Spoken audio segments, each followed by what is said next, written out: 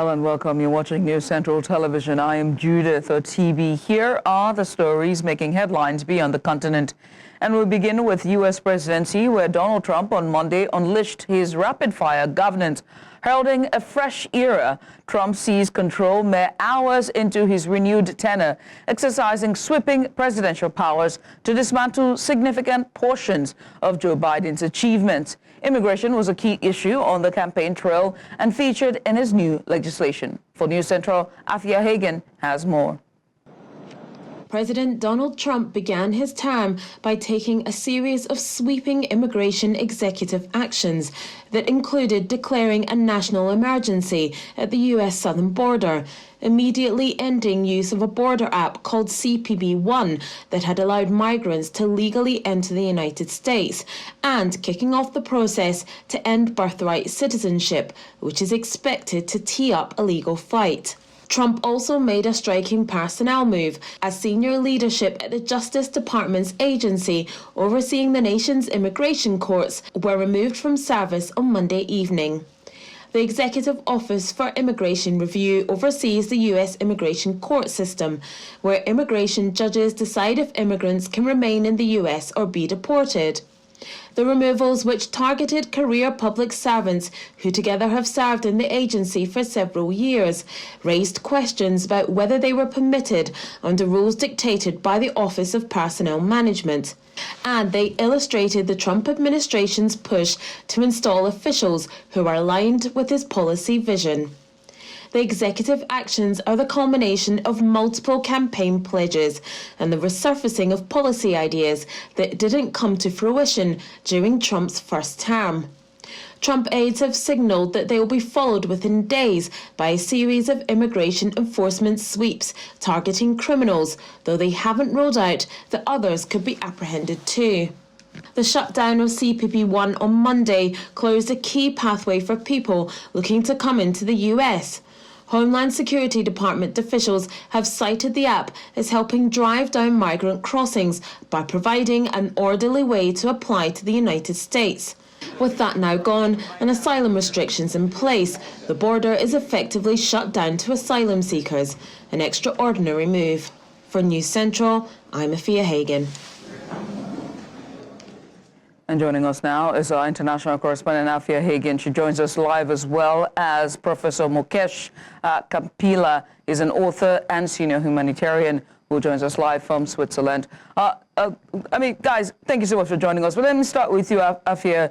Along with immigration, tell us about some of the other executive orders that Trump have now signed. Yeah, a whole raft of executive orders, Judith, that were signed Monday evening. The January 6th rioters, 1,500 of them have been pardoned by Trump. The action also cut short some sentences for 14 members of far-right groups, including the Proud Boys and the Oath Keepers. We saw the U.S. has been withdrawn from the Paris climate change agreements. Those immigration measures, like I said, could result in some raids being conducted by members of the immigration enforcement services across America into today and tomorrow. If we look at free speech, Trump has gone to restore freedom of speech and preventing censorship of free speech. The death penalty was another one that was in amongst those executive orders. He wants to take all necessary and lawful action to ensure that states have enough lethal injection drugs to carry out executions. And Trump also said in that executive order that politicians and judges who oppose capital punishment have defied and subverted the laws of our country. There was that executive order to do with TikTok to keep it operating for another 75 days whilst a solution over ownership is found. Trump is keen on 50% American ownership as well. And the WHO, Trump has pulled the US out of the World Health Organization as well, saying that it has donated far too much money to the WHO and isn't getting the benefits. That's just some of the executive orders that were signed yesterday.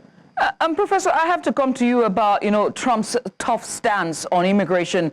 How could his policies affect international perceptions of the U.S. as a destination for immigrants and even global talent? I think this all depends on how the policy is applied at all at all parts of the spectrum of migration. Now, most of the migrants that he's tackling in his southern war issue with Mexico, the border crossing and the emergency there, are about poor people, people looking for a better economic life in the U.S., and very few of them are actually coming out of political oppression, though some no doubt are. Many people are traveling across the world to get to Mexico from where to go into the United States because it's seen as an easy touch to get in there. Now, when it comes to global talent, in terms of science and technology, then I think there's a debate going on in the U.S. administration. But with the new friends, his new buddies in the technology community, which have helped him propel him into power, I think global talent, really, which the U.S. Industry needs, may not be so affected if it pursues U.S. economic interests. And Afia, what has been the reaction to just the fanatic start to Trump's presidency so far?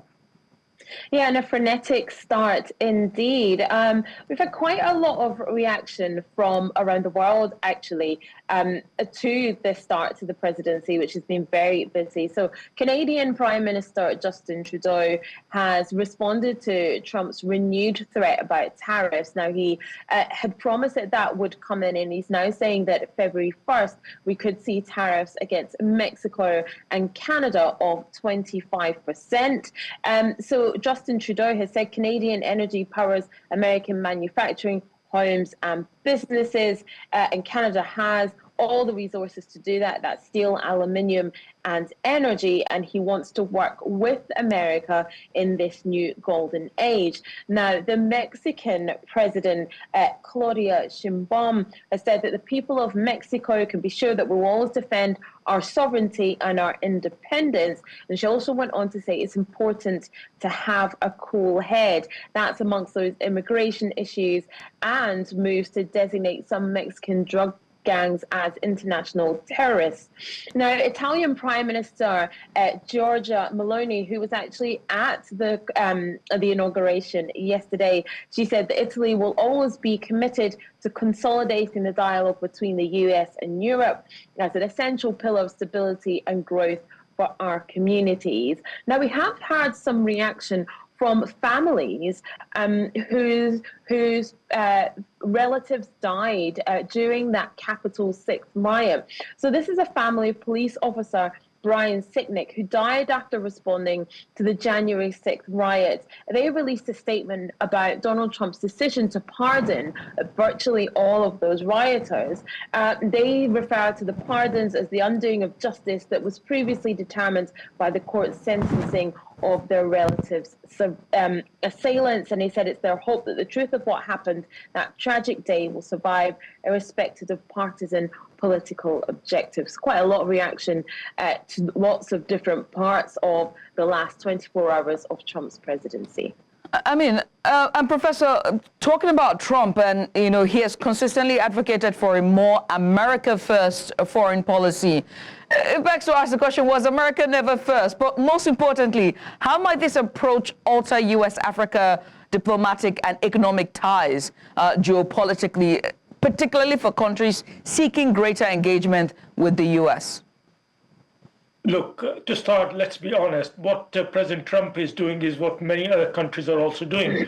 I live in Europe, and I think there is very much a European Union first policy in effect on migration, on economy, and on many things, even if they don't call it a EU first policy. So Trump is a bit more aggressive about it, but I think the more transactionalist approach is a part of modern foreign policy. Now, When it comes to Africa-US relations, I think African nations have to look to their own interests, and they will have to relate to the United States in a way that the United States finds they can do a deal together. So I think, for example, on the aid side, I can't see the Trump administration providing more assistance unless it suits American interests. On the business side, there are possibilities, but I think Trump is very good at dividing and ruling also. So it will be a challenge to African foreign policy, especially collective foreign policy, in the African Union in particular, as to whether they approach the US, the new US, bilaterally or stand together collectively. And I think the Africans are themselves quite divided on this issue. So I'm afraid there are turbulent times ahead. Turbulent times indeed. Afia, and lastly for you, today is Trump's first day in office. What more should we expect? What more should the world expect preemptively? Well, it's been actually quite a busy first day in office for Donald Trump, as well as signing those executive orders and the feedback from that. You did have the national commemoration service, a Thanksgiving service that took place this morning at Washington Cathedral. It was supposed to be about unification, he said. It was an interfaith prayer service, but the bishop there, the Bishop of Washington, delivered quite a strong message with a plea to Donald Trump regarding the LGBTQ plus community and immigrants, saying that millions of people have put their trust in them, and he has to have mercy upon people in the country who are scared. Trump was quite stony-faced while that sermon was being delivered, and at the end, when a reporter asked him how he found the prayer service, he said they could have done better. Marco Rubio has been sworn in as Secretary of State. J.D. Vance was presiding over that. Yes, and he was going to possibly sign more executive orders later on today as well. What we haven't heard from him is any reaction towards Elon Musk yesterday giving that Nazi salute at one of Trump's rallies, at one of the celebrations that he had. Elon Musk himself has responded and said that it's boring that people are trying to compare him to Nazis, to this Nazi salute, and they should find another way to try and bring him down. But no response from Trump there on that one at all. Well, as always, it's to be expected. Afia, many thanks for doing this with us. Afia Hagen, our international correspondent, as well as Professor Kapish. I want to say thank you as well for both of you for just taking our time to join us today. That's all we can take for the United States. We're going to a short break. When we return, we'll switch gears as Qatar says it is confident Gaza ceasefire deal will continue. This and more after this timeout. Stay with us.